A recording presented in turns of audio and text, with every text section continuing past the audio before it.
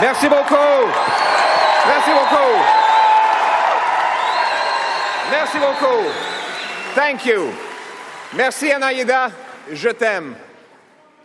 I begin on behalf of everyone here, expressing my sorrow at the passing of our beloved Queen. Two tiny words, the Queen. Yet on every continent, those two words conjure up more than a picture. They also express an idea, the idea of decency and duty. Elizabeth II, though she might have recoiled at the thought, was the world's most famous woman. Yet she was our queen, our sovereign, for almost half of our nation's existence. In her 22 visits here, yes indeed, in her 22 visits here and her dealings with 13 prime ministers, she exhibited the virtues we most cherish: dignity, civility, humility, candor, and above all else, service.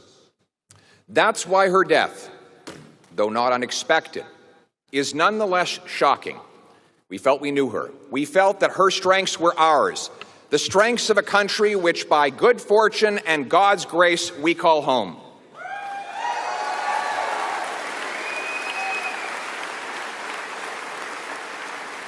And that, perhaps, is why I feel a small catch in my throat when I utter the words that no leader has stated in this country for over 7 decades: God save the King.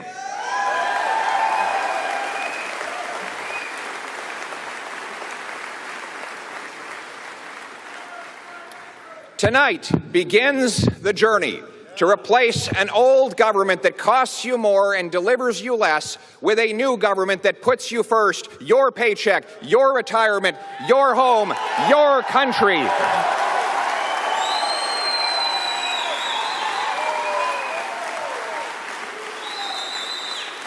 By tackling liberal inflation, we'll put you back in control of your life and your money. Le travail commence ce soir pour remplacer ce vieux gouvernement qui vous coûte plus cher et qui vous apporte moins avec un nouveau gouvernement qui vous place en premier votre chèque de paie, votre retraite, votre maison, votre pays.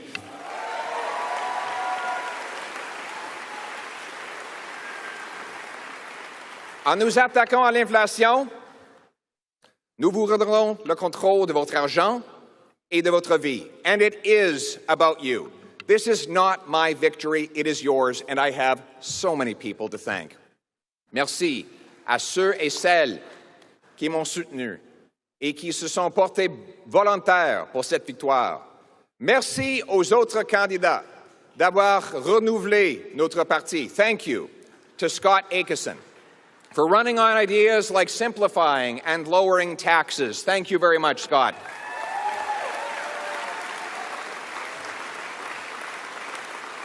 Thank you to Roman Baber for standing up for and making sacrifices for freedom for everybody.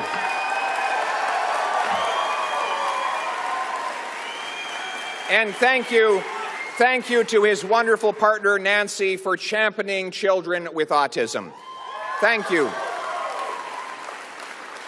Thank you to Leslyn Lewis for standing for family, faith, and freedom.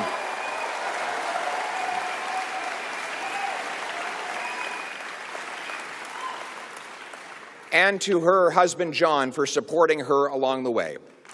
Yes. And thank you. And thank you to Jean Charest for your service to our country.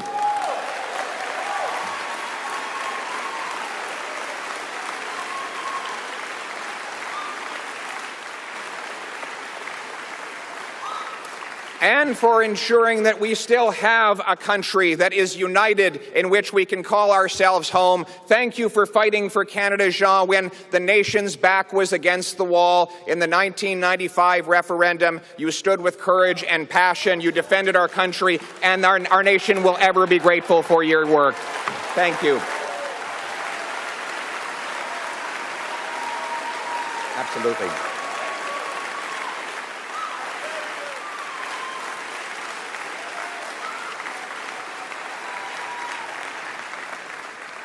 Ça fait à peu près 40 ans que Jean est en politique, au niveau provincial et fédéral. Et c'est dur. Mais souvent, les vrais héros, ce n'est pas les candidats, c'est leur famille. And that's why I recognize Michelle. For those 4 decades, there have been countless occasions when her husband was fighting causes on behalf of all of us, when you had to carry the extra load and take the extra sacrifice, countless invisible sacrifices. And we as a nation, we as a party, we thank you, Michelle. Merci beaucoup.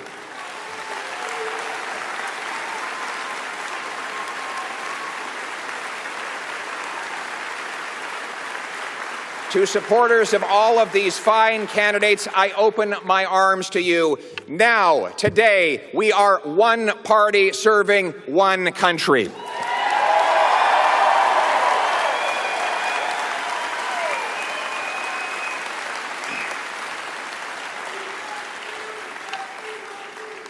Most importantly, thank you to my brilliant and beautiful wife. Merci à ma belle et brillante épouse.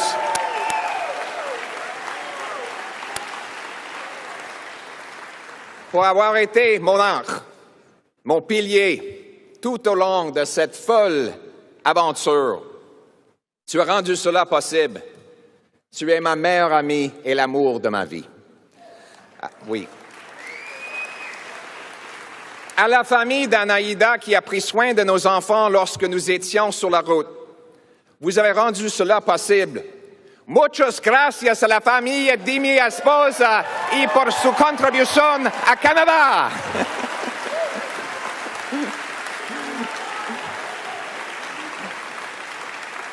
So that's all the Spanish I speak. If you ever come over to our house for one of our grand family gatherings, it's usually 20 Latinos and Latinas arguing, telling jokes, telling stories in Spanish, and one guy standing around having no idea what anyone else is saying. My wife's family not only raised this incredible woman, but they came to this country from Venezuela with almost nothing. And they have since started businesses, raised kids, served in the military, and like so many immigrant families, built our country. And I want to thank, yes.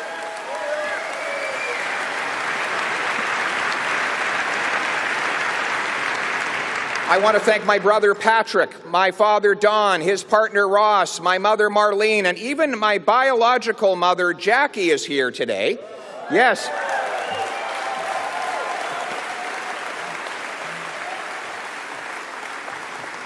We're a complicated and mixed up bunch, like most families, like our country. I want to thank my parents, though, in particular. I want to thank my parents, 2 school teachers who adopted me from a teenage mother. They taught me that it didn't matter where I came from, but where I was going. It didn't matter who I knew, but what I could do. That is the hope I want my kids to inherit.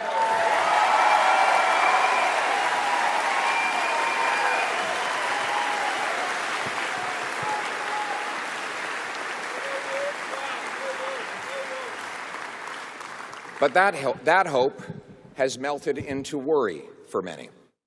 Today, people feel like they've lost control of their pocketbooks and their lives. The cost of government is driving up the cost of living. This government, this Liberal government, has doubled our national debt, adding more debt than all previous governments combined. That means another $500 billion bidding up the cost of the goods we buy and the interest we pay. Inflationary taxes increase those costs further. Now, they plan to triple the carbon tax on gas, heat, and everything else. Le coût du gouvernement augmente le coût de la vie.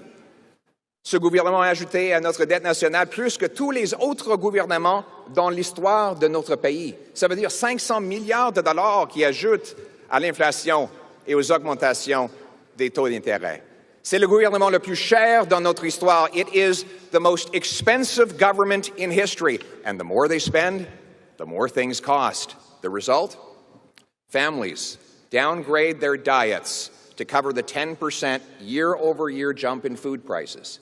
Seniors delay their retirements and watch their life savings evaporate with inflation.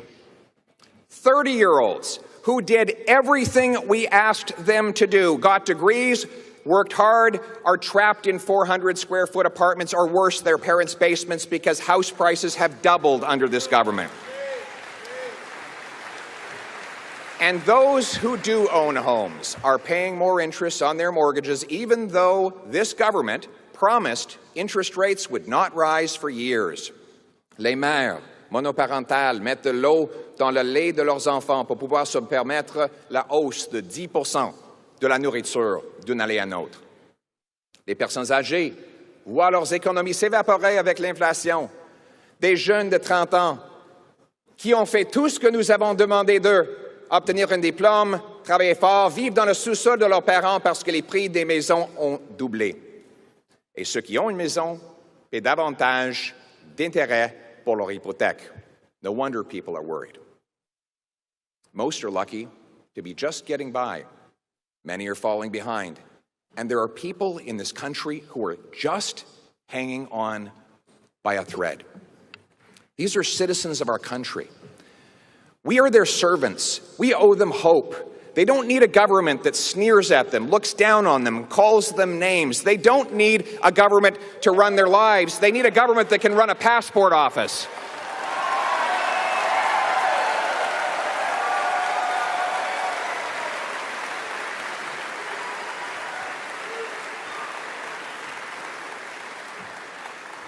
They need a prime minister who hears them and offers them hope that they can, again, afford to buy a home, a car, pay their bills, afford food, have a secure retirement, and, God forbid, even achieve their dreams if they work hard.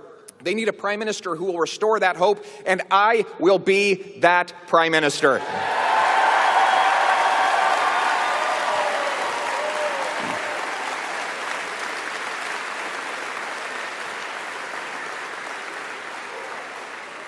We will rekindle the hope that people's paychecks and savings can again buy a decent life. We will make government affordable so that life is affordable. We'll cap spending and cut waste to reverse inflationary deficits and taxes. That includes axing new taxes on your paycheck, gas, heat, and other essentials.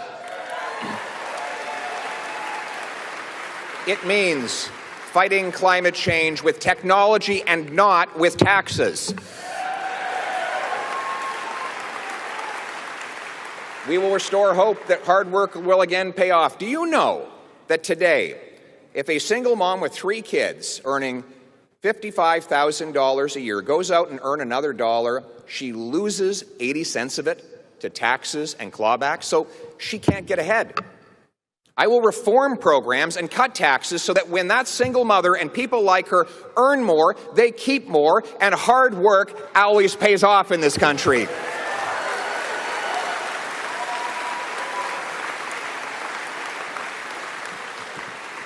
Nous redonnons l'espoir que le travail devienne payant de nouveau, en réformant les programmes et en réduisant les impôts pour que les gens gardent l'argent qu'ils gagnent pour leur famille plutôt que de tout perdre au gouvernement. Instead of creating more cash, let's create more of what cash buys. Think of it. If you've got 10 loaves of bread and $10, well, it's $1 a loaf. If you double the number of dollars to 20, but you still have 10 loaves of bread, well, then it's $2. You see, spending more doesn't get us more. We need to make more. So instead of doubling the money, let's double the bread. Let's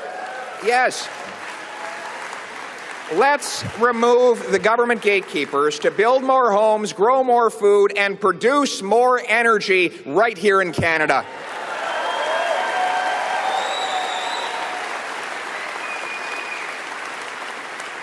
We need to restore the hope of home ownership. Right now, youth and newcomers can't get a home because local government gatekeepers block housing with heavy fees and long delays for building permits, leaving us with the fewest houses per capita of any country in the G7, even though we have the most land to build on. A Poilievre government will require big cities that want federal infrastructure money to speed up and lower the cost of permits and to approve affordable housing around all transit stations so that our young people can live there and don't even need to afford a car.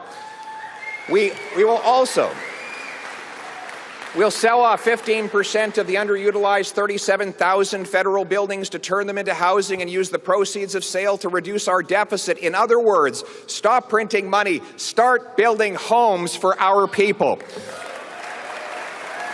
Speaking of homes, we must make stuff here at home again, here in Canada. Look, trade is great. Trade is just great. But we learned during COVID that we can't count on the rest of the world to take care of us. That is why we must be the best place on earth for workers and businesses to build factories, mine critical minerals for electric cars, and develop other resources. Right now, we lose wages because we import 130,000 barrels of overseas oil, mostly from dictators, every single day, even though we have the third largest supply right here in Canada. And that is all because our government prefers dirty dictator oil to responsible Canadian energy. We will repeal this government's anti-energy laws and replace them with a law that protects our environment, consults First Nations, and gets things built. We will greenlight Newfoundland and Labrador's planned increase in oil production, which will allow us to fully replace every single barrel of oil we're importing from abroad, and within 5 years we will set the goal to end dictator oil in Canada altogether.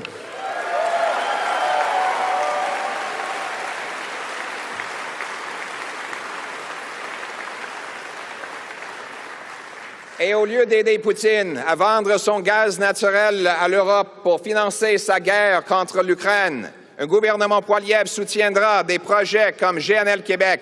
Nous savons tous que les Québécois ont une source d'énergie propre, l'hydroélectricité, qu'ils peuvent utiliser pour liquéfier le gaz naturel sans émission. L'Europe a besoin d'acheter du gaz. Voici le choix. Certains préfèrent que l'argent du gaz naturel finance les armes de guerre de Poutine. Moi, je veux que cet argent-là finance les chèques de paie pour Jean-Marc Tremblay, le soudeur du Saguenay. We will greenlight mining and manufacturing of minerals like lithium, cobalt, and copper to make electric cars and batteries. We will allow for technology to be unleashed here instead of our money to go to foreign dictatorships. And that also includes repatriating food production by standing with our farmers here at home.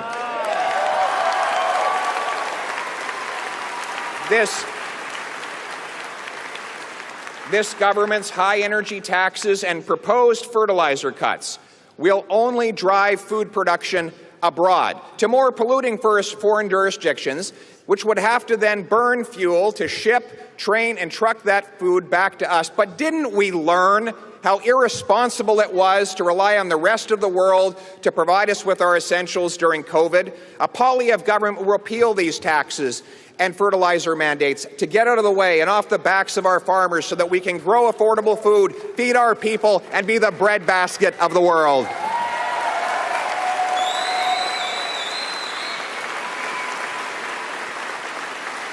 We will restore to First Nations more control of their land, money, and decision-making, and those communities that want to develop resources and invite commerce to fight poverty will have an ally rather than an obstacle in me. We must remove other unneeded barriers by axing the disastrous ArriveCan app.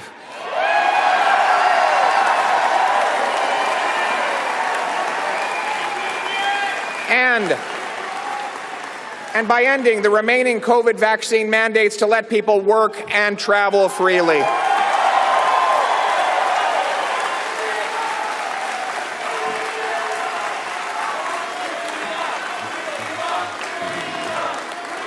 Thank you. We will bring hope. We will bring hope to doctors, nurses, engineers, and others who are immigrants to this country but are blocked from working in their professions for no other reason than that they come from another country. We'll team up with provinces to guarantee that within 60 days, an immigrant applying to work in their profession will get a yes or no based on their tested abilities, not based on where they come from. We will back up 30,000 small study loans for those in need of time off work to study up to the Canadian standard. Enough talking, remove the gatekeepers to get more doctors, more nurses, more engineers, and more inflation-proof paychecks for our brilliant immigrants. And we will restore the hope of safe streets, a hope that has turned into fear in all too many places after killings in Vancouver, Montreal, Toronto, and most recently, Saskatchewan. Weakened laws allow chronic and violent reoffenders out of prison early at great danger to our people. Instead of spending a fortune targeting licensed and law-abiding, trained and tested firearms owners, Conservatives will bolster the laws, bolster the borders, and put the real criminals in jail.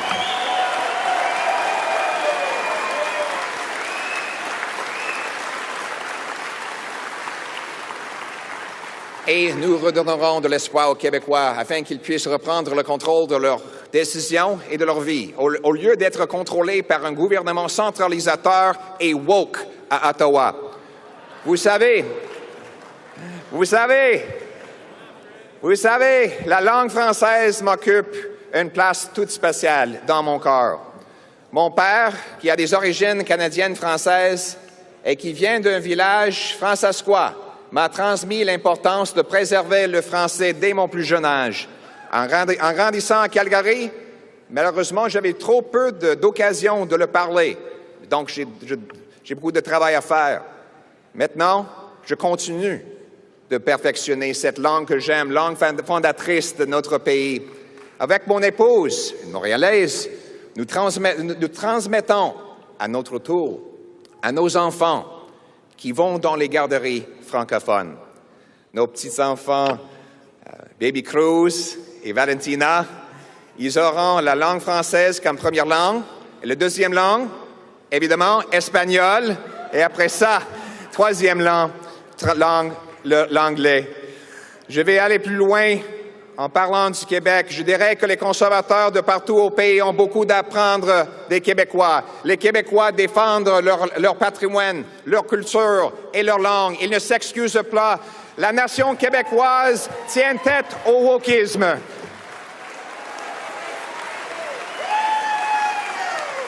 Mon gouvernement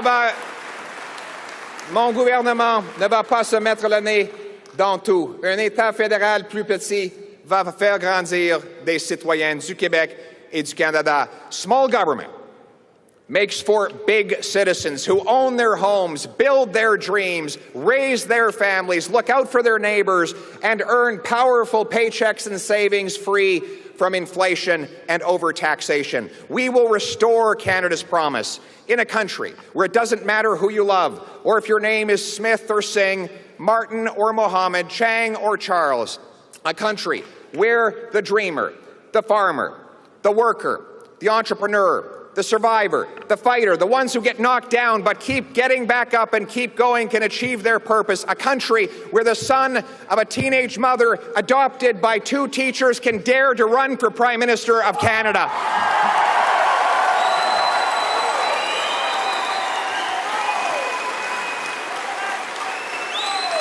Absolutely. In the words of the great Canadian Prime Minister John Diefenbaker, I am a Canadian, free to speak without fear, free to worship God in my own way, free to stand for what I think right, free to oppose what I believe wrong, free to choose those who shall govern my country. This heritage of freedom I pledge to uphold for myself and all of mankind. Merci beaucoup. Thank you very much.